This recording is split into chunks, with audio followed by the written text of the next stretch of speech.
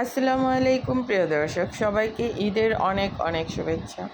আজকে ঈদ স্পেশাল ভুড়ি বোনার রেসিপিটি নিয়ে চলে এসেছি আপনাদের মাঝে। অনেক মজা করে দুই রকমের আজকে ভুড়ি বোনা তৈরি করব। এটার কালারটা দেখেন আর এটার কালারটা দেখেন, দুইটা খেতে দুই রকমের মজা। একটা ঘন গ্রেভি আর একটা ভুনা ভুনা, যেটা রাস্তার পাড়ে রাস্তার পাড়ের মামারা যেটা তৈরি করে থাকে বড় বড় কড়াইতে ভাজা ভাজা, সেটা আর একটা মাখো মাখো। দুটোই অনেক মজার খেতে, যে যেটা পছন্দ করেন সেটাই তৈরি করে খাবেন। অনেক মজার রেসিপিটা, আসলে অনেক মজার, খেলেই বুঝতে পারবেন কতটা মজার ও সুস্বাদু করে তৈরি করেছি। আর রেসিপি ভালো লাগলে ফলো সাবস্ক্রাইব করে নিয়মিত পাশে থাকবেন আশা করছি। যারা এই ভিডিওগুলো দেখবেন দয়া করে ফলো সাবস্ক্রাইব আর একটি লাইক দিয়ে দেবেন। এখন মূল রেসিপিতে চলে যাব। প্রথমে বড়িগুলোকে সিদ্ধ করে নেব। আমি অনেকভাবে বড়ি রান্না দেখিয়েছি, আজকে এটা একটু ব্যতিক্রম। ভুড়িগুলো সিদ্ধ করে নিলে ভুড়িতে অনেকে আছে গন্ধের জন্য ভুড়ি খান না, কিন্তু এই যে এভাবে সিদ্ধ করে নিলে কোনো গন্ধই থাকবে না। প্রথমেই দিলাম লং, 6-7টার মতো লং দিয়েছি, আর সামান্য লবণ হলুদ দিয়ে এগুলোকে 12 থেকে 15 মিনিট সিদ্ধ করে নেব। 10-12 মিনিট করে নিলেও হবে। এখন ঢেকে দিলাম সিদ্ধ হওয়ার জন্য। এবারে আমার বড়িগুলো দেখতে পাচ্ছেন সিদ্ধ হয়ে গেছে। আমি 12 মিনিট সিদ্ধ করে নিয়েছি বড়িগুলোকে। এখন ছেঁকে নিচ্ছি। এখন ভুড়ি রান্না করব, সেজন্য প্যানে দিলাম সরিষার তেল দিয়ে ভুড়িটা রান্না করলে কালারটাও সুন্দর আসবে আর ফ্লেভারটাও খুব ভালো আসবে।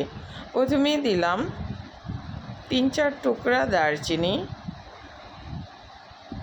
আর 6-7টা সাদা এলাচ, তেজপাতা ছোট সাইজের 4টা, বড় হলে 2টা দিবেন, কালো এলাচ 2টা, আর দিলাম কালো গোলমরিচ হাফ চা চামচের কম।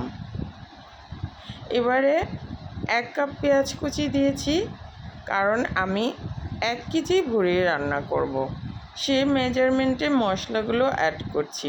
পেঁয়াজটা সফট হয়ে গেছে লবণ দেওয়ার পর। পেঁয়াজ সফট হয়ে গেলে 2 টেবিল চামচ আদা আর রসুনের পেস্ট দিয়ে দিলাম। যদি আদা আর রসুন পানি দিয়ে করেন তাহলে 2.5 টেবিল চামচ দিবেন, আর যদি পানি দিয়ে না করেন তাহলে 2 টেবিল চামচ দিলে হবে। আদা রসুনের কাঁচা স্মেল চলে যাওয়া পর্যন্ত ভেজে নিলাম।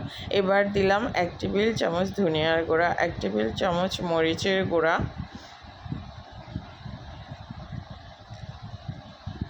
দিচ্ছি আবার হাফ টেবিল চামচেরও কম মরিচের গুঁড়া। এবারে দিচ্ছি 1 টেবিল চামচ হলুদের গুঁড়া, দিচ্ছি হাফ চা চামচ জিরার গুঁড়া, হাফ টেবিল চামচ জিরার গুঁড়া, গরম মশলার গুঁড়া দিলাম হাফ টেবিল চামচ।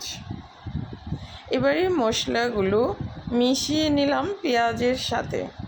পেঁয়াজটা কিন্তু অবশ্যই সফট করে নিতে হবে। এবারে কষানোর জন্য পানি দিয়ে দিলাম 1 কাপ। এবারে মশলাটা আমি 6-7 মিনিট চুলার আঁচ লো ফ্লেমে রেখে কষিয়ে নেব, যতক্ষণ পর্যন্ত না তেলটা ওপরে ভেসে উঠছে। দেখেন মশলাটা ঠিকমতো কষানো হয়ে গেছে, তেলটাও দেখেন এই যে ওপরে ভেসে উঠেছে। এই পর্যায়ে সিদ্ধ করে রাখা ভুড়িগুলো অ্যাড করে দিলাম। এখানে 1 কেজি ভুড়ি রয়েছে, সে অনুপাতে মশলাগুলো ব্যবহার করা হয়েছে। এখন ভুড়িগুলোকে আমি 15 মিনিট কষিয়ে নেব। এবারে দিচ্ছি হাফ চা চামচ গোলমরিচ গুঁড়া। এবারে ঢাকনা দিয়ে ডেকে ভুড়িগুলোকে 15 মিনিট কষিয়ে নেব। মাঝে মাঝে নেড়ে চেড়ে দিতে হবে। 15 থেকে 20 মিনিট ভুড়িগুলোকে কষিয়ে নিয়েছি। সুন্দর একটা কালার চলে এসছে। এর পর্যায়ে 2 কাপ ভর্তি করে পানি দিয়ে দিচ্ছি। কারণ প্রথমেই আমরা বড়িগুলোকে সিদ্ধ করে নিয়েছি, আবার 20 মিনিট কষিয়ে নিয়েছি, তাই পানিটা অতটাও বেশি দেওয়া লাগবে না। এই যে আমি ওই কাপটা দিয়ে 2 কাপ ভর্তি করে পানি দিয়েছি। এবারে ভুঁড়িটা ঢেকে বলক আসার জন্য অপেক্ষা করব।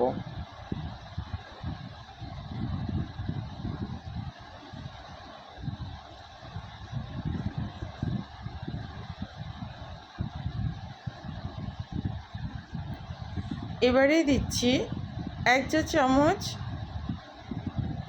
পুরিটা আমি কিন্তু এখন রান্না করলাম প্রায় 20-25 মিনিট। এবারে দিচ্ছি ভাজা জিরার গুঁড়া 1 চা চামচ আর গরম মশলা 1/2 চা চামচ দিয়ে এখন ফ্লেভারের জন্য দিলাম কাঁচামরিচ। এখন লবণটা টেস্ট করে আবার একটু লবণ দিলাম।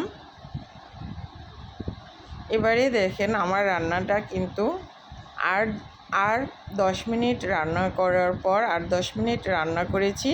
এখন দেখেন এই যে আমার রান্নাটা কিন্তু অলমোস্ট হয়ে গেছে। এই পর্যায়ে আপনারা যারা ঘন গ্রেভি খেতে চাচ্ছেন তারা চাইলে এ পর্যায়ে নামিয়ে ফেলতে পারবেন। আমি এখন এখান থেকে অর্ধেক উঠিয়ে রাখবো, যেটা অর্ধেকটা ঘন ঘন গ্রেভি আর মাখা মাখা গ্রেভি, তার থেকে আমি অর্ধেকটা উঠিয়ে রাখবো এখন। এবারে অর্ধেকটা উঠিয়ে রেখে বাকি অর্ধেকটা এখন আমি এই যে ভাজা ভাজা করে নিচ্ছি। এখানে আবার আমি একটু গরম মশলা অ্যাড করেছি, কারণ ভাজা ভাজা হলে ফ্লেভারটা একটু স্ট্রং থাকতে হয়। দেখেন এটার কালারটা দেখেন, আগেরটার কালারও দেখেছেন, এটার কালারটা দেখেন, ভাজা ভাজা করে নিচ্ছি। এটা খেতে অসম্ভব মজার। এখন দেখেন দুইটা পাশাপাশি রেখেছি, কোনটা আপনাদের কাছে ভালো লাগে। এই যে দেখেন এটা ভাজা ভাজা আর ওইটা মাখা মাখা গ্রেভি। সবাই ভালো থাকবেন, অবশ্যই একবার ট্রাই করবেন, সুস্থ থাকবেন আর আমার রেসিপিগুলোর সাথে থাকবেন আর দেখবেন, লাইক কমেন্ট শেয়ার করবেন। সবাইকে ধন্যবাদ জানিয়ে বিদায় নিচ্ছি। আল্লাহ হাফেজ।